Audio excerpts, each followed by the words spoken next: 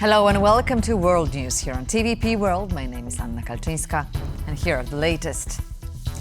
Sending Polish troops to Copenhagen at Danish government's request is an act of solidarity. That's according to Polish Prime Minister Donald Tusk. The gesture comes as leaders from across the continent expect Russian interferences while they discuss security at the European political community this Thursday. In a way, we welcomed the Danish government's request for Polish soldiers to help secure the European summit. We see this as an obvious act of solidarity. We ourselves could count on the help of our allies on September the 10th during the drone attack.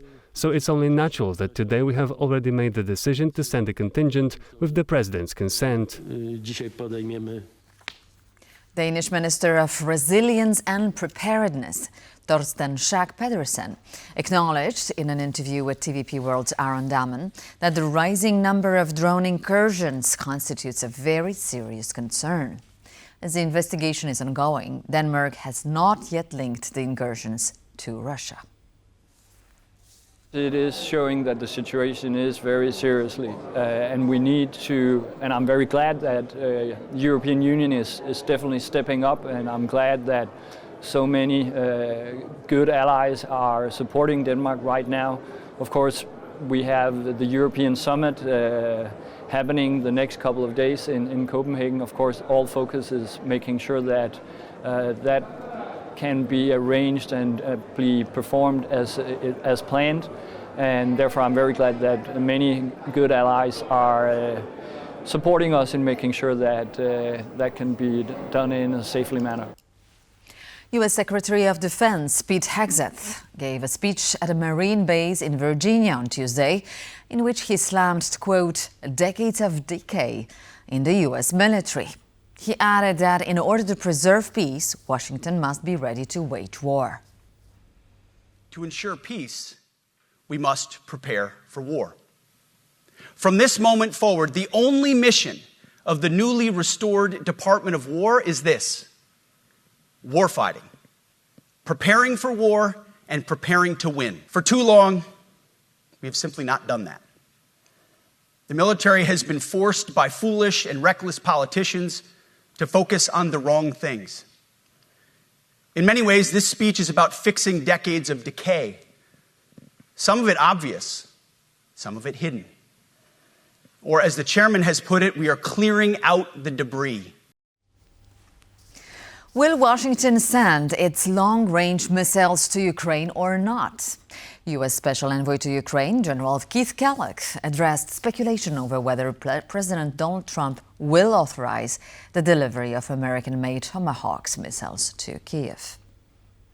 From what I understand, and I was not in the meeting, from what I understand, reading the public reports, is that that issue of Tomahawk missiles to Ukraine was brought up by President Zelensky to President Trump at the UN General Assembly last week in New York City. There has been no comment either, yes, it's going to happen, or no, it's going to happen. The acknowledgement from, again, in the public reports is they were asked for. That is obviously something that has been picked up by the world press, obviously picked up by the Russians as well, simply because of the capability and the capacity of the weapon system. At the Warsaw Security Forum, Marcin Przydacz from Poland's presidential office said more American troops are needed in Europe. He stressed the value of Polish-US ties, adding that keeping American forces in Poland is also a good deal for Washington, since their presence is funded by Polish taxpayers. There is no decision yet made with regard to Tomahawks or long-range missiles which could be donated to Ukraine, but Poland would welcome very much that kind of decision. If we want Ukraine to be efficient in their defensive measures, they need to have equal chances to do that. I mean, to paralyze the logistics lines, which are far away from the front line. So with regard to that, or based on that, we would welcome that kind of decision, which is not made yet. We will work also through our diplomatic channels to achieve that goal, to convince our American allies and partners to follow that path, because that would be also a strategic message to Moscow. Russia has continued its attacks on Ukrainian towns and cities, leaving 9 people dead and 15 injured in the last day alone. Our correspondent Alex Kadier is in the Ukrainian capital and has more.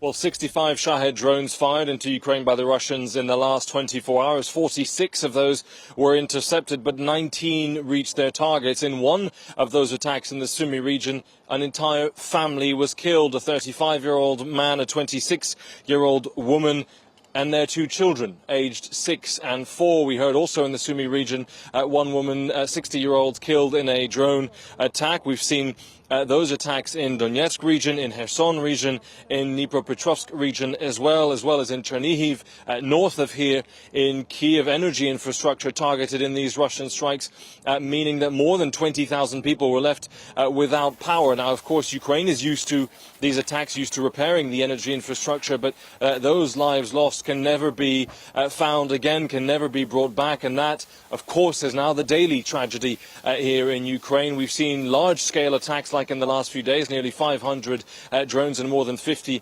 missiles, including here in Kyiv. But there is a regular flow of those attacks, including the one that killed that family, including those 2 children aged 6 and 4. That, of course, puts pressure on those Ukrainian air defenses. The majority of the drones were shot down in the last 24 hours, but still 19 hit their targets. We heard from President Zelensky at the Warsaw Security Forum just in the last day or so, saying that he wants to continue to see unity between Ukraine and its allies, between Ukraine and Poland. He wants to ask for more help when it comes to air defense, of course, to save lives here in Ukraine, but to preserve the skies across Europe, because we've seen those incursions by Russia into Polish territory, jets over Estonian airspace, and those drones spotted in as far as Denmark as well. Clearly, the message from Ukraine is more defense, air defense is needed to save lives here and to preserve skies over the rest of Europe.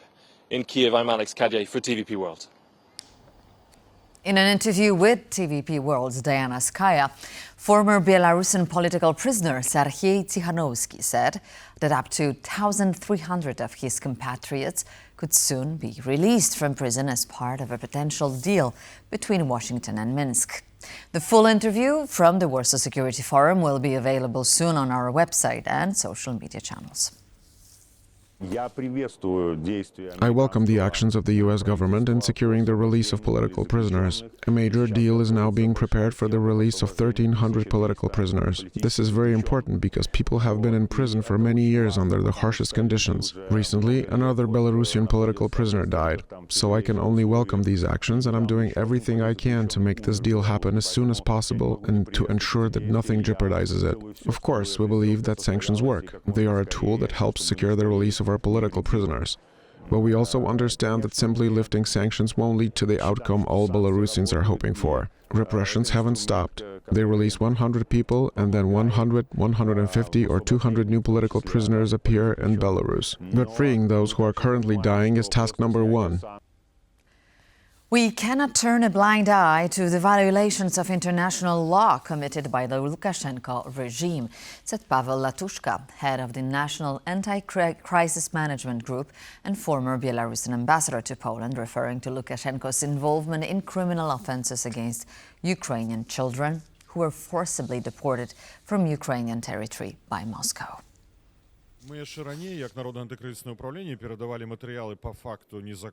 Even earlier, the National Anti-Crisis Management Team had released documents on the illegal deportation of Ukrainian children to Belarus, primarily orphans. These documents have also been sent to international criminal courts.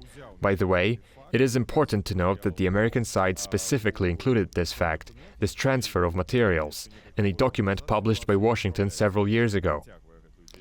The situation is not improving.